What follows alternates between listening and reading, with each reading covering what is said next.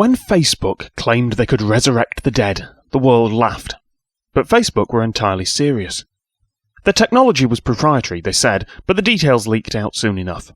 They took a copy of every digital trace of you, every email in your archive, every photo and video you took or appeared in, every web page you visited, every keystroke you typed, your location history, social network history, everything built up over decades.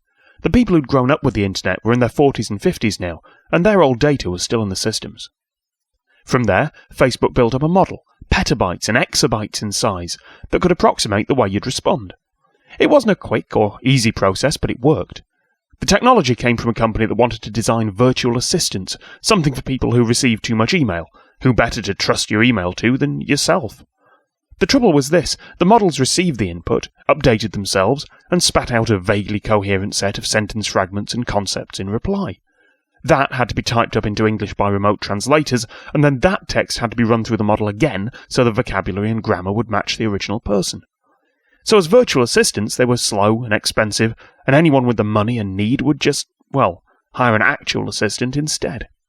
Facebook originally bought the company with the hope of automatically testing reactions to targeted adverts, and then some bright spark realised that the original subject didn't need to be alive anymore.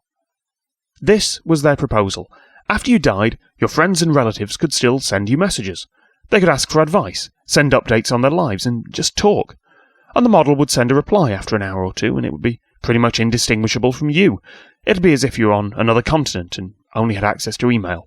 And every now and then, just to make sure that they were solvent, it'd drop in a product placement or two. The reaction was predictable. Outrage, shock, jokes on late-night talk shows. A few years later, though, it had become mainstream.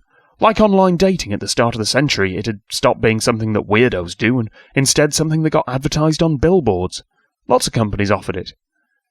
The first posthumously written album by a simulated Michael Jackson went straight to number 1. The lawsuit over who gets the royalties is still ongoing. Hapless romantics falling in love with models of the deceased is already a topic on the tabloid talk shows. In Kentucky, a church is using a slower, open-source version of the modelling system and feeding it the New Testament in the hope that they can resurrect Jesus and bring about the second coming. And tomorrow, an engineer from Facebook is going to receive a bug report from one of the translators. One of the most complicated and busy models of a US Supreme Court judge that provides useful, expert legal advice received a question about human rights.